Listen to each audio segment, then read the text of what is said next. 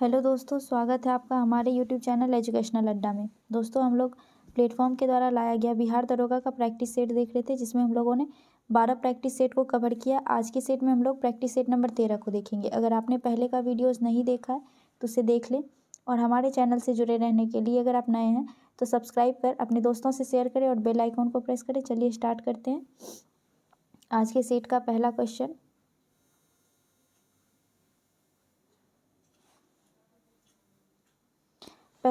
है निम्नलिखित में से किस सिख गुरु को जहांगीर ने मृत्यु दंड दिया। इसका सही आंसर ऑप्शन नंबर डी हो जाएगा, गुरु अर्जुन देव को, जो कि सिख के 5वें गुरु थे। इसे राजकुमार खुसरो को सहयोग देने के आरोप में 1606 ईस्वी में जहांगीर के द्वारा मृत्यु दंड दिया गया था। दोस्तों, आपको बता दो, गुरु अर्जुन देव जो है वो आदि ग्रंथ के रचना किए थे। अगला क्वेश्चन है,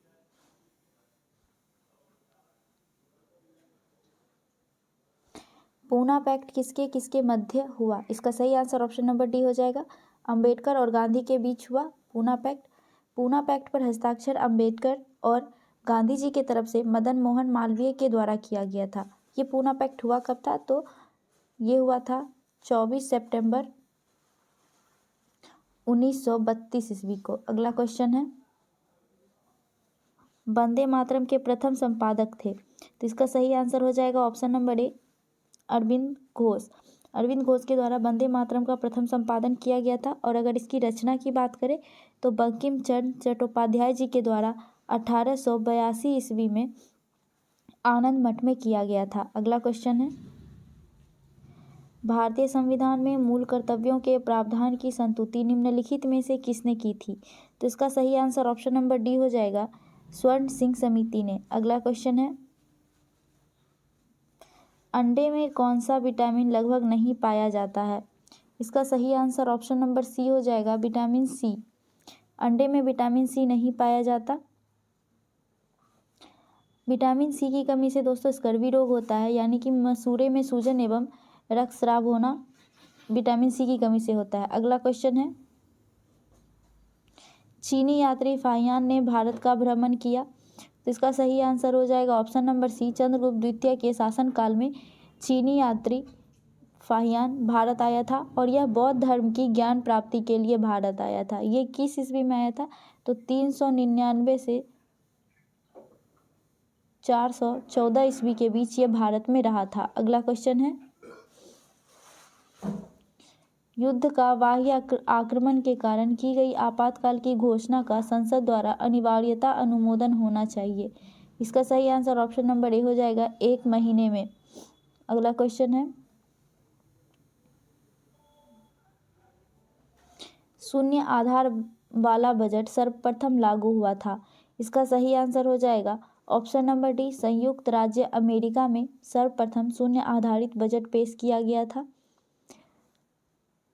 शून्य आधारित बजट को सनसेट बजट भी कहते हैं। दोस्तों, भारत में अगर बात करें कि शून्य आधारित बजट सर्वप्रथम कब पेश किया गया था, तो सर्वप्रथम इसे 1983-84 में विज्ञान एवं प्रौद्योगिकी विभाग द्वारा लाया गया था। लेकिन अगर केंद्र सरकार की बात करें कि केंद्र सरकार ने इसे कब स्वीकारा था, तो 1987 से 88 ईस्वी में केंद्र सरकार के द्वारा इसे स्वीकार किया गया था। अगला क्वेश्चन है, संसार में चाय का उत्पादक देश है। इसका सही आंसर हो जाएगा ऑप्शन नंबर ए, चीन नंबर 1 पे है चाय उत्पादन में, और निर्यात में भी चीन प्रथम पे है। भारत की बात करें तो भारत दूसरे स्थान पे है, और सबसे बड़ा उपभोक्ता यानी नंबर 1 पे उपभोक्ता उपयोग करने के मामले में भारत नंबर 1 पे है। अगला क्वेश्चन है, यूनानी चिकित्सा विज्ञान का जनक किसे मानते हैं। इसका सही आंसर हो जाएगा ऑप्शन नंबर सी, हिप्पोक्रेटस को। अगला क्वेश्चन है, वृंदावन गार्डन कहाँ है। तो इसका सही आंसर ऑप्शन नंबर ए हो जाएगा, मैसूर में स्थित है वृंदावन गार्डन। आप वृंदावन गार्डन देख के वृंदावन मत मार दीजिएगा। अगला क्वेश्चन है, वर्ष 2011 की जनगणना के अनुसार सर्वाधिक साक्षरता वाला केंद्र शासित प्रदेश कौन सा था। तो इसका सही आंसर ऑप्शन नंबर सी हो जाएगा, लक्षद्वीप सर्वाधिक साक्षरता वाला केंद्र शासित प्रदेश है, जबकि न्यूनतम साक्षरता वाला केंद्र शासित प्रदेश दादर एवं नागर हवेली है। अगला क्वेश्चन है, अगला क्वेश्चन मैथ का है दोस्तों, आप इसको सॉल्व कर लीजिएगा, हम इसका आंसर बता देते हैं। इसका आंसर हो जाएगा ऑप्शन नंबर बी 25 वर्ष। अगला क्वेश्चन है नटराज की प्रसिद्ध कांस्य मूर्ति उदाहरण है, तो ये चोल काल का उदाहरण है। इसका सही आंसर ऑप्शन नंबर डी हो जाएगा। अगला क्वेश्चन है मोहम्मद गौरी कहाँ का शासक था, तो यह अफगानिस्तान का शासक था। इसका सही आंसर ऑप्शन नंबर डी हो जाएगा। मोहम्मद गौरी का भारत पर प्रथम आक्रमण 1175 ईस्वी में किया गया था। अगला क्वेश्चन है पानीपत के तृतीय युद्ध में मराठों की पराजय के बारे में निम्नलिखित पर विचार कीजिए। पहला है सदाशिवराव की कूटनीति गलत थी। दूसरा है अहमद शाह अब्दाली का उत्कृष्ट सेनापति था। मराठा सेना में बहुत से अनाड़ी लड़ाकू का होना और मराठा सेना के एक सेना नायक इब्राहिम खां गर्दी का गद्दी पर होना, ये गलत है। इब्राहिम खां गर्दी जो है ये तोप चालक था, ना कि गद्दी पर बैठा था। तो इसका सही आंसर 1, 2 और 3 हो जाएगा, यानी ए नंबर आंसर इसका सही होगा। अगला क्वेश्चन है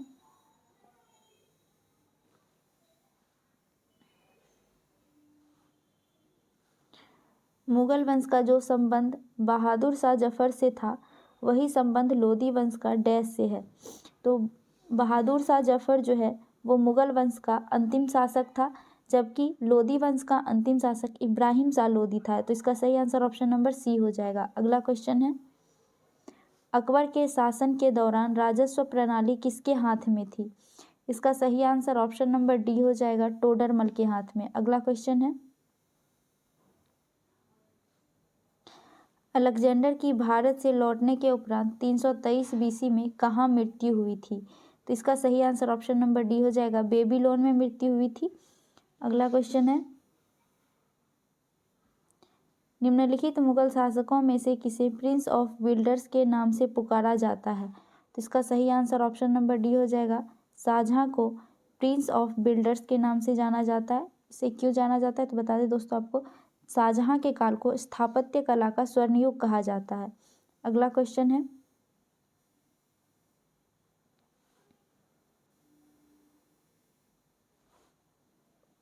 सूची 1 को सूची 2 से मिलाना है। पहला है बुद्धदेव दास गुप्त, ये सरोद वादक थे। पंडित ज्ञान प्रकाश घोष ये तबला वादक थे। और एस बालचंद्रन ये वीणा वादक। और असद अली खां ये रुद्र वीणा वादक। इसका सही आंसर हो जाएगा 2, 1, 4 और 3। तो इसका ऑप्शन नंबर डी सही हो जाएगा। अगला क्वेश्चन है मूर्तिकला की गंधार शैली का सूत्रपात किसके द्वारा किया गया था। इसका सही आंसर ऑप्शन नंबर बी हो जाएगा, महायान संप्रदाय।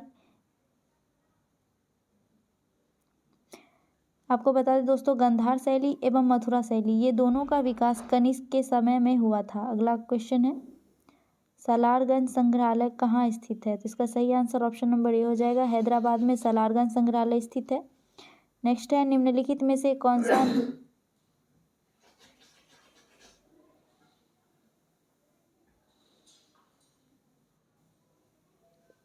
निम्नलिखित में से कौन सा नृत्य स्त्री पुरुष दोनों का नृत्य है। इसका सही आंसर हो जाएगा ऑप्शन नंबर ए, गरबा नृत्य। गरबा नृत्य जो है वो स्त्री एवं पुरुष दोनों के द्वारा किया जाता है। ये गुजरात का नृत्य है। और दोस्तों ये बता दें नवरात्रि स्पेशल, नवरात्रि में खासकर गरबा नृत्य होता है। अगला क्वेश्चन है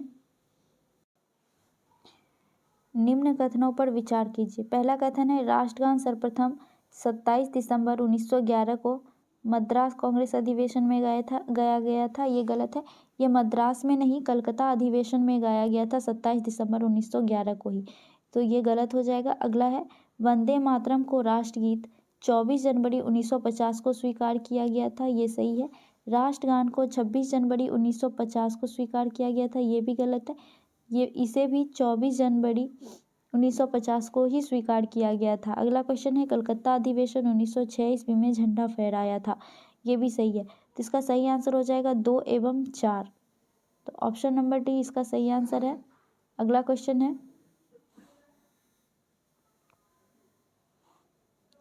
भारत के संविधान में मौलिक अधिकार इसका सही आंसर ऑप्शन नंबर ए हो जाएगा। मूल संविधान का हिस्सा था मौलिक अधिकार, जबकि मौलिक कर्तव्य को जोड़ा गया है 42वें संविधान संशोधन एवं 86वें संविधान संशोधन के तहत। 42वें में 10 और 46वें में 1, टोटल 11 मूल कर्तव्य को जोड़ा गया है, जबकि मौलिक अधिकार जो है वो मूल संविधान का हिस्सा था। अगला क्वेश्चन है,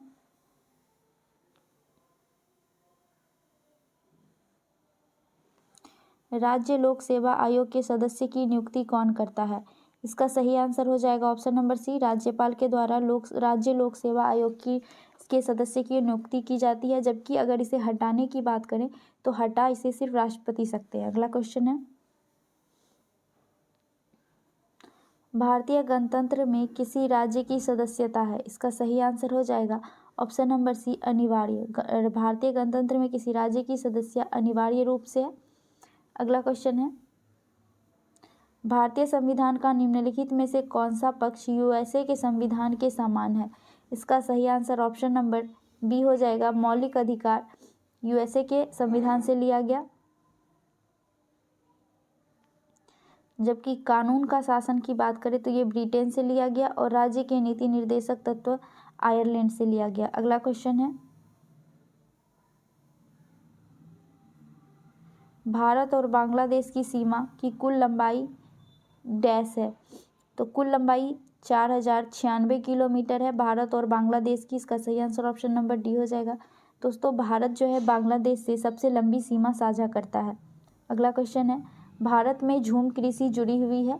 तो इसका सही आंसर हो जाएगा ऑप्शन नंबर ए, जनजातीय आदिवासियों से जुड़ी हुई है झूम कृषि। अब झूम कृषि होती क्या है तो आपको बता देते हैं।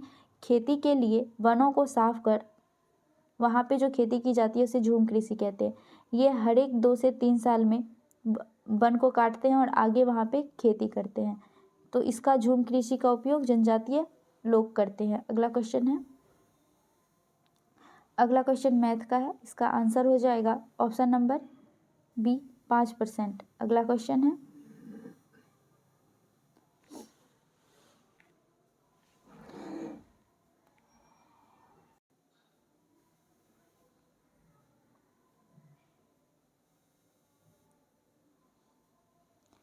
भारत सरकार की वार्षिक कर राजस्व किस स्रोत से सर्वाधिक प्राप्त होता है?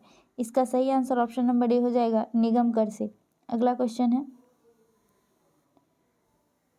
बर्फ पर दाब बढ़ने से उसका गलनांक, जब बर्फ पर दाब बढ़ाते हैं तो उसका गलनांक घट जाता है। इसका सही आंसर ऑप्शन नंबर ए हो जाएगा। अगला क्वेश्चन है, सूर्य उदय होते समय व डूबते समय लाल क्यों दिखाई देता है? तो ये प्रकीर्णन की वजह से लाल दिखाई देता है। इसका सही आंसर ऑप्शन नंबर डी हो जाएगा। अगला क्वेश्चन है, घरों में विद्युत संयंत्र जोड़े जाते हैं तो ये समानांतर पैरेलल क्रम में जोड़े जाते हैं। इसका सही आंसर ऑप्शन नंबर बी हो जाएगा। अगला क्वेश्चन है, केतली में पानी का गर्म होना उदाहरण है? तो इसका सही आंसर ऑप्शन नंबर बी हो जाएगा, केतली में पानी संवहन विधि के द्वारा गर्म होता है, यानी कि पदार्थ का एक अणु ऊष्मा लेकर अपना स्थान चेंज करता है, स्थानांतरण करता है और दूसरे अणु को भी ऊष्मा प्रदान करता है, जिसकी वजह से केतली गर्म होती है। तो इसका सही आंसर ऑप्शन नंबर बी, संवहन हो जाएगा। अगला क्वेश्चन है, कुपोषण किसकी कमी से होती है? सबसे अधिक किस चीज़ की कमी होती है? तो कुपोषण होता है, तो प्रोटीन की कमी की वजह से कुपोषण होता है। इसका सही आंसर ऑप्शन नंबर डी हो जाएगा। नेक्स्ट क्वेश्चन है,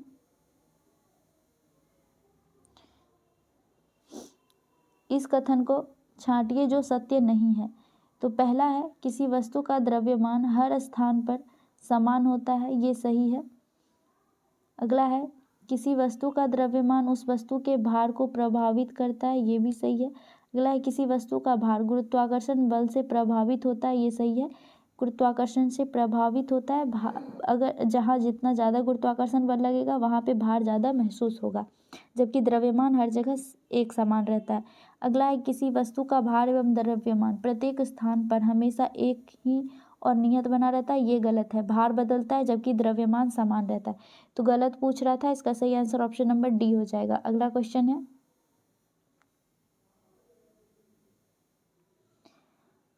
ध्वनि उत्पादक तथा ध्वनि परिवर्तित करने वाले सतह की दूरी कम से कम कितनी हो कि उस ध्वनि की प्रतिध्वनि साफ तौर पर सुनने में सक्षम हो जाए। तो इसका सही आंसर ऑप्शन नंबर बी हो जाएगा। 17 मीटर दोनों के बीच की दूरी होनी चाहिए। जो बोल रहा है यानी जहाँ से ध्वनि उत्पन्न हो रही है और जो परावर्तक सतह है उन दोनों के बीच की दूरी 17 मीटर। अगला क्वेश्चन है,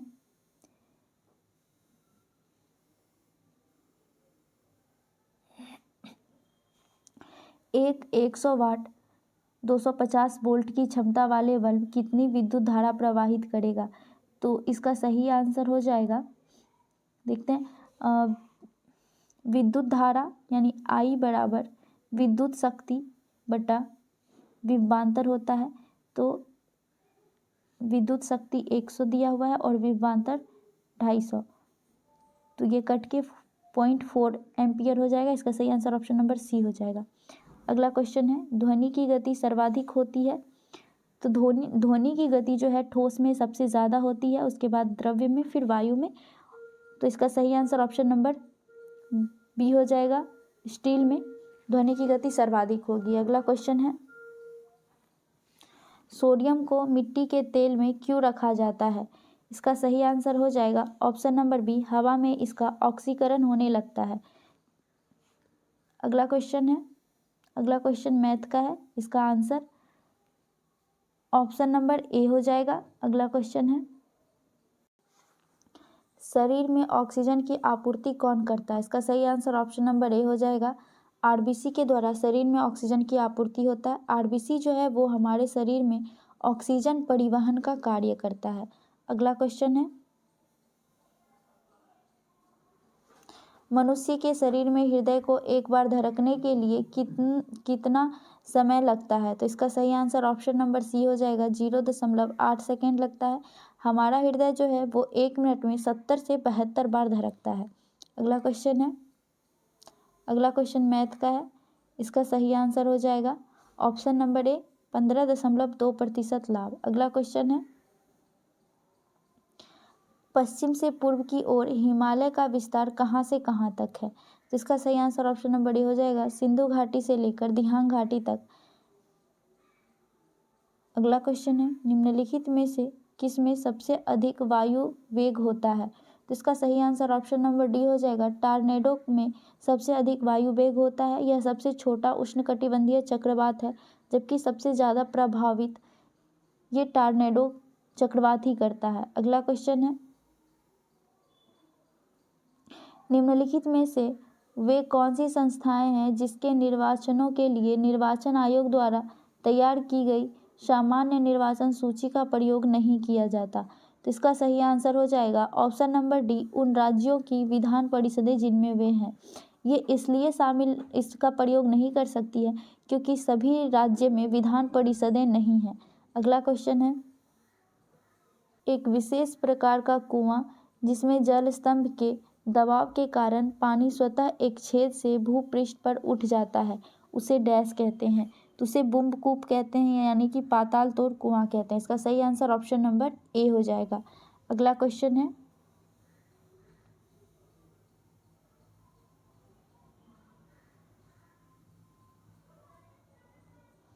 निम्नलिखित में से किसके कारण की गई आपात स्थिति की उद्घोषणा के दौरान अनुच्छेद 19 की विपरीत भी किसी विधि का अधिनियम किया जा सकता है या कार्यकारी आदेश जारी किया जा सकता है। इसका सही आंसर हो जाएगा ऑप्शन नंबर ए, युद्ध या बाहरी आक्रमण। जब युद्ध या बाहरी आक्रमण या फिर बाह्य सशस्त्र विद्रोह होता है तो आर्टिकल 352 के तहत आपातकाल घोषित होता है, और आर्टिकल 352 राष्ट्रीय आपातकाल घोषित करने के साथ ही स्वतः आर्टिकल 358 के तहत आर्टिकल 19 स्वतः ही निलंबित हो जाता है।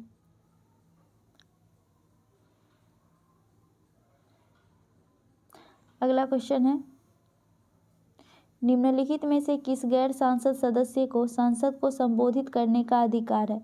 इसका सही आंसर ऑप्शन नंबर ए हो जाएगा, भारत का महान्यायवादी, जो कि सांसद का सदस्य नहीं होता है फिर भी वो संसद में भाग लेने योग्य होता है। भारत का न्यायवादी जो है वो भारत का प्रथम विधि अधिकारी होता है। ये राष्ट्रपति के प्रसाद पर्यंत होता है। ये संसद में भाग तो ले सकता है लेकिन वोट नहीं डाल सकता। अगला क्वेश्चन है, ऐसे युगल जिसका रुधिर वर्ग क्रमशः ए और बी है के बच्चों में निम्नलिखित में से कौन सा रुधिर वर्ग पाया जाता है? तो जिसके माता पिता ए या बी ग्रुप के हैं तो उसके बच्चे ए बी और ओ इनमें से किसी भी रुधिर वर्ग के हो सकते हैं। इसका सही आंसर ऑप्शन नंबर सी हो जाएगा। अगला क्वेश्चन है, चंडीगढ़ का वास्तुविद ले कार्बूजियर किस देश का नागरिक है? तो इसका सही आंसर हो जाएगा ऑप्शन नंबर डी, फ्रांस का। अगला क्वेश्चन मैथ का है, इसका आंसर हो जाएगा ऑप्शन नंबर ए, 8000। अगला क्वेश्चन है, यदि मांग की आय लोच 1 से अधिक है तो पण्य यानी वस्तु डैश होगा। तो जब वस्तु का आय लोच 1 से अधिक होता है तो वस्तु विलासिता होती है। इसका सही आंसर ऑप्शन नंबर बी हो जाएगा। अगला क्वेश्चन है, शुष्क सेल में एनोड में क्या होता है? तो इसका सही आंसर हो जाएगा ऑप्शन नंबर बी, जस्ता। अगला क्वेश्चन है, किस रोग में रक्त का थक्का नहीं बनता है?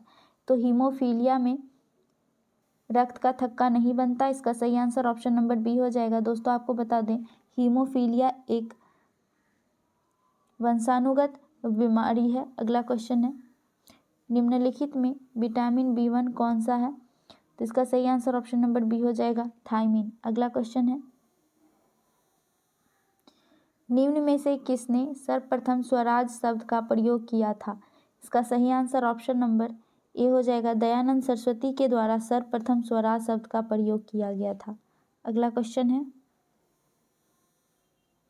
निम्नलिखित में से किस संस्था का विलय वर्ष 1886 में भारतीय राष्ट्रीय कांग्रेस में हुआ? तो इसका सही आंसर हो जाएगा option number B, Indian association का विलय 1886 ईस्वी में भारतीय राष्ट्रीय कांग्रेस में हुआ। अब इंडियन एसोसिएशन की स्थापना कब हुई थी? तो आपको बता दें कि 26 जुलाई 1876 ईस्वी में कलकत्ता के अल्बर्ट हॉल में हुआ था। इसके संस्थापक एस.एन. बनर्जी थे, सत्येंद्रनाथ बनर्जी। अगला क्वेश्चन है, वर्धा योजना का संबंध निम्न में से किससे है? इसका सही आंसर ऑप्शन नंबर डी हो जाएगा, शिक्षा से संबंधित है वर्धा योजना। अगला क्वेश्चन है, अंटार्कटिक महाद्वीप की मुख्य भूमि की खोज करने वाला व्यक्ति निम्न में से कौन है? इसका सही आंसर हो जाएगा ऑप्शन नंबर डी, फेबियन वेलिंगसॉसेन। अगला क्वेश्चन है, निम्नलिखित में से कौन सा देश रबड़ के पेड़ का मूल स्थान है? तो ब्राज़ील जो है वो रबड़ के पेड़ का मूल स्थान है। मेन रबड़ का जो पेड़ है वो अमेजोन के जंगल में पाया जाता है। अगला क्वेश्चन है, निम्न में से कौन शीतोष्ण घास के सुंदर उदाहरण है? इसका सही आंसर हो जाएगा ऑप्शन नंबर बी, पंपास। आपको बता दें दोस्तों, शीतोष्ण घास को अर्जेंटीना में पंपास, दक्षिण अफ्रीका में बेल्ट, ऑस्ट्रेलिया में डाउन्स, उत्तरी अमेरिका में प्रेरी और यूरोप में स्टेपिस के नाम से जाना जाता है। अगला क्वेश्चन है, उलोग चाय का उत्पादन निम्न में से किस देश में किया जाता है? इसका सही आंसर हो जाएगा ऑप्शन नंबर बी, ताइवान में। अगला क्वेश्चन है, राष्ट्रीय आपातकाल के समय संसद द्वारा विधानसभा का कार्यकाल एक समय में कितने समय के लिए बढ़ाया जा सकता है? इसका सही आंसर ऑप्शन नंबर डी हो जाएगा, 1 वर्ष के लिए। अगला क्वेश्चन है, केंद्रीय सूचना आयोग की स्थापना निम्न में से किस वर्ष की गई थी? इसका सही आंसर ऑप्शन नंबर सी हो जाएगा, वर्ष 2005 ईस्वी में की गई थी। अगला क्वेश्चन है, आधुनिक अर्थशास्त्र का जनक किसे कहा जाता है? तो एडम स्मिथ को कहा जाता है। इसका सही आंसर ऑप्शन नंबर सी हो जाएगा। अगला क्वेश्चन है, भारत में नियोजित अर्थव्यवस्था आधारित है। तो इसका सही आंसर ऑप्शन नंबर बी हो जाएगा, मिश्रित अर्थव्यवस्था पर आधारित है नियोजित अर्थव्यवस्था। मिश्रित अर्थव्यवस्था क्या होता है? तो आपको बता दें, राज्य अर्थव्यवस्था एवं पूंजीवादी अर्थव्यवस्था दोनों की विशेषताएं इस मिश्रित अर्थव्यवस्था में विद्यमान रहती हैं। अगला क्वेश्चन है, निम्न में से किसे प्रकाश संश्लेषी सक्रिय विकिरण कहा जाता है? इसका सही आंसर हो जाएगा ऑप्शन नंबर बी, दृश्य प्रकाश तरंगे। अगला क्वेश्चन है, श्यानता गुणांक का मात्रक है। तो तो इसका सही आंसर हो जाएगा ऑप्शन नंबर सी, पॉइजली श्यानता गुणांक का मात्रक है। अगला क्वेश्चन है, निम्न में से किसे बटन सेल कहा जाता है? इसका सही आंसर हो जाएगा option number C, mercury cell को बटन सेल कहा जाता है। इसे यानी मरकरी सेल को जो है कम विद्युत वाले वस्तु में प्रयोग में किया जाता है, जैसे कि घड़ी हो गया, ये सब में प्रयोग किया जाता है। अगला क्वेश्चन है, निम्न में से किसे पर्यावरण इंजीनियरिंग के नाम से जाना जाता है? इसका सही आंसर हो जाएगा option number D, GD Agarwal को पर्यावरण इंजीनियर के नाम से जाना जाता है। अगला क्वेश्चन है, निम्न में से किस वर्ष समुद्री कछुआ प्रोजेक्ट शुरू किया गया था? तो इसका सही आंसर हो जाएगा ऑप्शन नंबर ए, 1999 ईस्वी में समुद्री कछुआ प्रोजेक्ट शुरू किया गया था। ये कहाँ शुरू किया गया था? तो ये देहरादून में शुरू किया गया था। अगला क्वेश्चन है,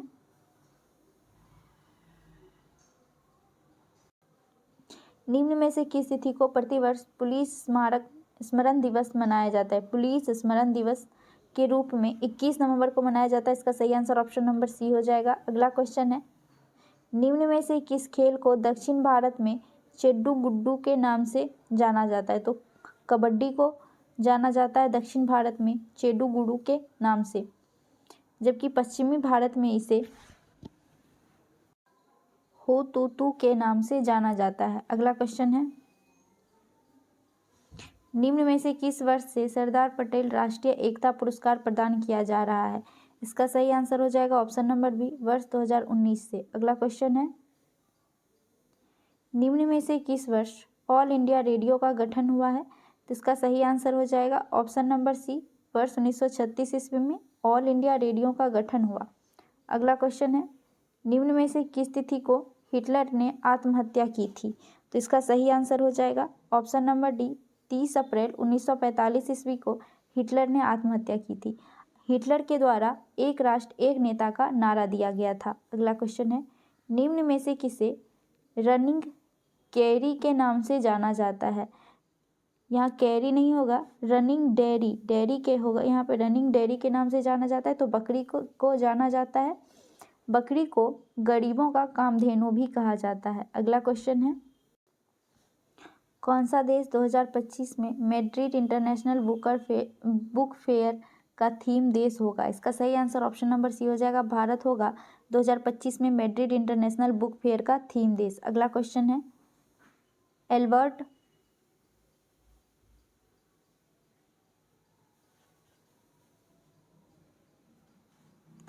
एल्बम डिवाइन राइट्स के लिए ग्रैमी अवार्ड 2023 किसने जीता है? इसका सही आंसर ऑप्शन नंबर बी हो जाएगा, रिंकी केज जीता है। अगला क्वेश्चन है, कोप इंडिया 2023 वायु अभ्यास में किस देश ने भाग लिया? इसका सही आंसर हो जाएगा ऑप्शन नंबर सी, भारत और संयुक्त राज्य अमेरिका के द्वारा कोप इंडिया 2023 वायु अभ्यास में भाग लिया गया। अगला क्वेश्चन है, वैश्विक आयुर्वेद महोत्सव 2023 कहाँ आयोजित किया जाएगा? तो ये तिरुवनंत केरल में किया जाएगा। इसका सही answer option number B, D हो जाएगा, तिरुवनंतपुरम। अगला क्वेश्चन है, किस देश के क्रिकेट ऑलराउंडर वानिंद हसरंगा ने टेस्ट क्रिकेट से संन्यास लिया है? इसका सही आंसर ऑप्शन नंबर सी हो जाएगा, श्रीलंका। अगला क्वेश्चन है, आज़ादी का अमृत महोत्सव और हिंदी की प्रगति यात्रा के लेखक कौन है? इसका सही आंसर ऑप्शन नंबर ए हो जाएगा, डॉक्टर मुनीराम सकलानी। अगला क्वेश्चन है, हाइड्रोजन से चलने वाली शहरी ट्रेनों को लॉन्च करने वाला एशिया का पहला देश कौन बन गया है? इसका सही आंसर हो जाएगा ऑप्शन नंबर डी, ब्राज़ील। अगला क्वेश्चन है, किस सिंगर ने ग्रैमी अवार्ड में सबसे अधिक ग्रैमी जीत के रिकॉर्ड को तोड़ने का इतिहास रच दिया है? इसका सही आंसर हो जाएगा ऑप्शन नंबर डी, बियॉन्से के द्वारा सबसे अधिक ग्रैमी अवार्ड जीता गया। अगला क्वेश्चन है, फरवरी 2023 में किस छात्र को दूसरी बार विश्व की सबसे प्रतिभाशाली छात्र की सूची में रखा गया? इसका सही आंसर ऑप्शन नंबर सी हो जाएगा, नताशा पेरियान यागम। अगला क्वेश्चन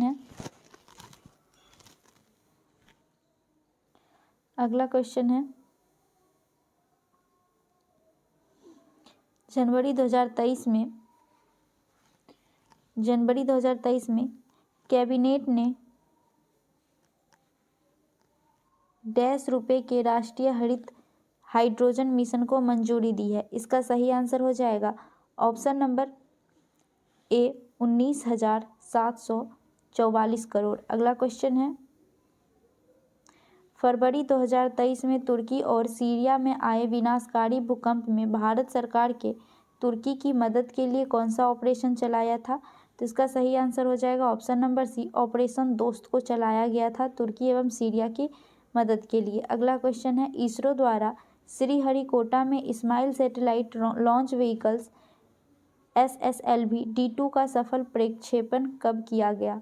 इसका सही आंसर ऑप्शन नंबर बी हो जाएगा 10 फरवरी 2023 को। अगला क्वेश्चन है, भारतीय भूवैज्ञानिक सर्वेक्षण ने देश में पहली बार लिथियम भंडारण की खोज किस राज्य संघ राज्य में की है? तो इसका सही आंसर ऑप्शन नंबर बी हो जाएगा, जम्मू कश्मीर में किया गया है पहली बार लिथियम भंडार का खोज। अगला क्वेश्चन है,